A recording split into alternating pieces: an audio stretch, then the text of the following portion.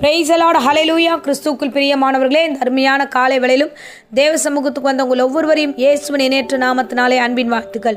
இந்த நாளிலும் ஏசாயா 35 அதிகாரம் 3 4 வசனத்தை அடியேன் வாசிக்கிறேன். தளர்ந்த கைகளை திடப்படுத்தி தள்ளாடுகிற முழங்கால்களை பலப்படுத்துங்கள். மனம் பதறுகிறவர்களை பார்த்து நீங்கள் பயப்படாதிருங்கள், திடன் கொள்ளுங்கள். இதோ உங்கள் தேவன் நீதியை சரிக்கட்டவும் உங்கள் தேவன் பதிலளிக்கும் வருவார். அவர் வந்து உங்களை ரட்சிப்பார் என்று சொல்லுங்கள். ஆமேன், ஹல்லேலூயா. ரொம்ப நேர்த்தியான வசனம்.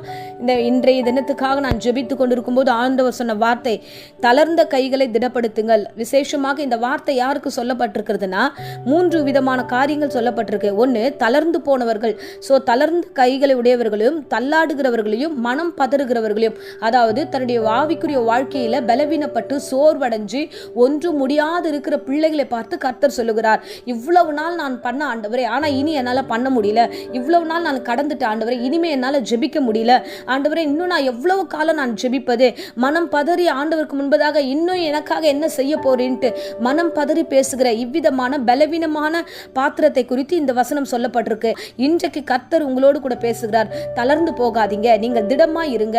இம்மட்டும் நடத்தின தெய்வம் இனி நடத்த வல்லவராய் இருக்கிறார். திடமா இருங்க, என் கர்த்தர் எனக்காக யாவும் செய்வார் என்று சொல்லுங்க. ஏன்னா இந்த முடிக்கும் பொழுது அந்த வசனம் சொல்லுகிறது, உங்கள் தேவன் வந்து உங்களை ரட்சிப்பார். அப்படின்னா வந்து அவர் தன் பிள்ளைகளுக்காக இறங்குவார். ஸ்பெஷலா இதை குறித்து நம் வேதாகமத்துல நம்ம யாத்திராகமத்துல பார்த்தோம்னா, இஸ்ரவேல் ஜனங்க எகிப்து தேசத்திலிருந்து வெளியில வருவாங்க.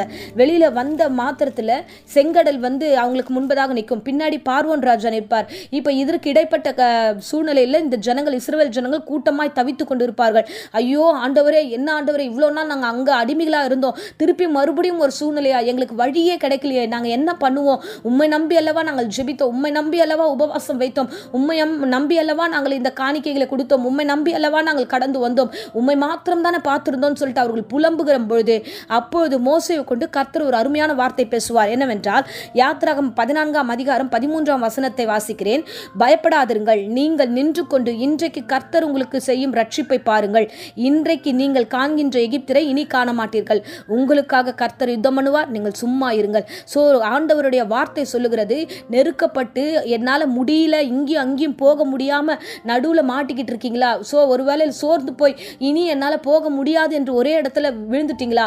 இன்னைக்கு கர்த்தர் சொல்லுகிறார், நீ நின்று கொண்டு கர்த்தர் உங்களுக்காக யுத்தம் பண்ணுவார். நீ எழுந்து நில்லுங்க. கர்த்தர் குறித்து நான் சாட்சி சொல்லுவேன். இனிமே கர்த்தர் எனக்காக யாவும் செய்வார் என்று எழுந்து நில்லுங்கள். இஸ்ரவேல் ஜனங்களை கர்த்தர் காப்பாற்றினது எவ்வளவு நிஜமோ, எவ்வளவு உண்மையோ, அவர்களுக்கு எவ்வளவு ஒரு பெரிய அற்புதத்தை கர்த்தர் செய்தாரோ, அந்த தெய்வம் இப்பொழுதும் உங்களுக்காக செய்ய வல்லவராய் இருக்கிறார். இப்பொழுதும் உங்களுக்காக வழிநடத்த வல்லவராய் இருக்கிறார். அந்த தெய்வம் தான் இப்போது உங்ககிட்ட சொல்றாரு, நீங்க தளர்ந்து போகாதீங்க, சூழ்நிலை கண்டு இந்த வேளையில விழுந்து போகாதீங்க. உங்களுக்காக செய்ய கர்த்தர் காத்திருக்கிறார். உங்களுக்காக ஆண்டவர் இறங்கி கர்த்தர் பெரிய அற்புதங்களை செய்ய போகிறார். ஆமேன். அதனால தான் இன்றைக்கு பார்த்து சொல்லுகிறாரு, நீ இது முன்னாடி நீ விட்டுட்ட இல்லையா, அந்த விட்டு போன ஜபத்தை மறுபடியும் பண்ணு. நீ விட்டு போன ஜபத்தை மறுபடியும் பண்ணு. அந்த ஜபம் உன்னை திடப்படுத்தும். மறுபடியும் தளர்ந்து போன சூழ்நிலையில நிற்காத. இல்ல, கர்த்தர் வார்த்தை கொடுத்துட்டாரு, அந்த வார்த்தை என்னை நிச்சயமா நிறைவேற்றும். நான் எழுந்து ஓடுகிறேன் என்று எழுந்து நில்லுங்க. அந்த வார்த்தை உங்களை நிலைவரப்படுத்தும். மனம் பதறி பேசின வார்த்தையை விட்டுட்டு, இல்ல கர்த்தர் பயப்படாதேன்னு சொல்லியிருக்காரு, அவர் நிச்சயமா என்னை நடத்துவார் என்று மறுபடியும் எழுந்து நில்லுங்க. நீங்கள் விட்ட எல்லா காரியத்தையும் எழுந்து செய்யுங்க. உபவாசம் ஆகட்டும், ஜபம் ஆகட்டும், ஆவிக்குரிய வாழ்க்கையில நீங்கள் இருந்த பொருத்தனை ஆகட்டும், எல்லாவற்றையும் எழுந்து நில்லுங்க. உங்களுக்கு அவர் செய்கிற ரட்சிப்பை பார்ப்பீர்கள். பலன் உங்களை தேடி வரப்போகிறது. ஆகையால தளர்ந்த கைகளே, நீங்கள் திடமா இருங்கள். கர்த்தர் சொல்லுகிறார், நான் அல்ல, நான் இந்த பிரசங்கத்தை பண்ற அக்கா உங்களுக்கு நான் பிரசங்கத்தை சொல்லல. இன்னைக்கு கர்த்தரே சொல்லுகிறார், நீ முழங்கால் படியிட்டல்ல, அந்த தெய்வம் சொல்லுகிறார், என்னை நோக்கி நீ முழங்கால் படியிட்டியம்மா, உனக்காக நான் சொல்லுகிறேன், நீ பயப்படாதிரு, நான் உன்னை நடத்துவேன், நான் உனக்காக வருவேன், உனக்காக யுத்தம் பண்ணுவேன். ஆமே. ஆகையால பயப்படாதிருங்க. கர்த்தர் சொன்ன வார்த்தை அவர் நிறைவேற்ற வல்லவராயிருக்கிறார். மனுஷன் சொன்ன வார்த்தை நிறைவேற்ற மாட்டார்.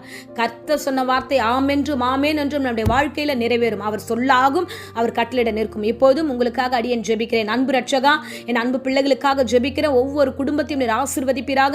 இந்த பிரசங்கத்தை கேட்ட ஒவ்வொரு பிள்ளைகளுடைய வீடுகளும் அபிஷேகம் கடந்து செல்வதாக. ஆண்டவரே, இந்த சூழ்நிலையில தளர்ந்து போய் சோர்ந்து போய் பயந்து இருக்கிற ஒவ்வொரு பிள்ளைகளுக்கும் நீ திடமனதை ஆண்டவரே திடமனதை கொடுத்து ஆசீர்வதித்து வழிநடத்துவீராக. இப்பொழுதே கர்த்தாவே ஆண்டவரே, உடைய பிரசன்னம் அந்த வீடுகளுக்குள்ள கடந்து செல்லட்டும். ஆண்டவரே, வியாதியோடு யாராவது இந்த வேளையில இருந்தாங்கன்னா அந்த வியாதி, பலவீனங்கள், சோர்வுகள், பயங்கள் இயேசுவின் நாமத்தினாலே இப்போதே விலகி பூரண சுகமும் ஆரோக்கியமும் கொடுத்து வழி நடத்தும். தொடர்ந்து காத்துக்களும். எல்லா பொல்லாப்புக்கும் நாச மோசங்களுக்கும் விலக்கி காத்திருளுங்க. நினைப்பதற்கும் வேண்டுவதற்கும் மேலான காரியங்களை வாய்க்கப்படும். இம்மட்டும் நடத்தினவர் இனியும் தொடர்ந்து நடத்துங்க ஆண்டவரே. இன்று முதல் இந்த பிள்ளைகள் எடுக்கிற தீர்மானங்கள்ல ஆண்டவரே மறுபடியும் ஜெபத்துல ஆண்டவரே இவர்கள் எழுந்து கட்டுகிற ஜெபத்துல இவர்களை ஆசீர்வதித்து இன்னும் 2 மடங்கு எழுந்து ஓடக்கூடிய கிருபையை கொடுத்து வழி நடத்தும். ஆசீர்வதியும். போகும்போதும் வரும்போதும் உடைய கிருபை கூடவே இருக்கட்டும். இயேசுவின் நேற்று நாமத்திலே ஜெபித்து ஒப்பு கொடுக்கிறேன் ஜீவனுள்ள நல்ல பிதாவே.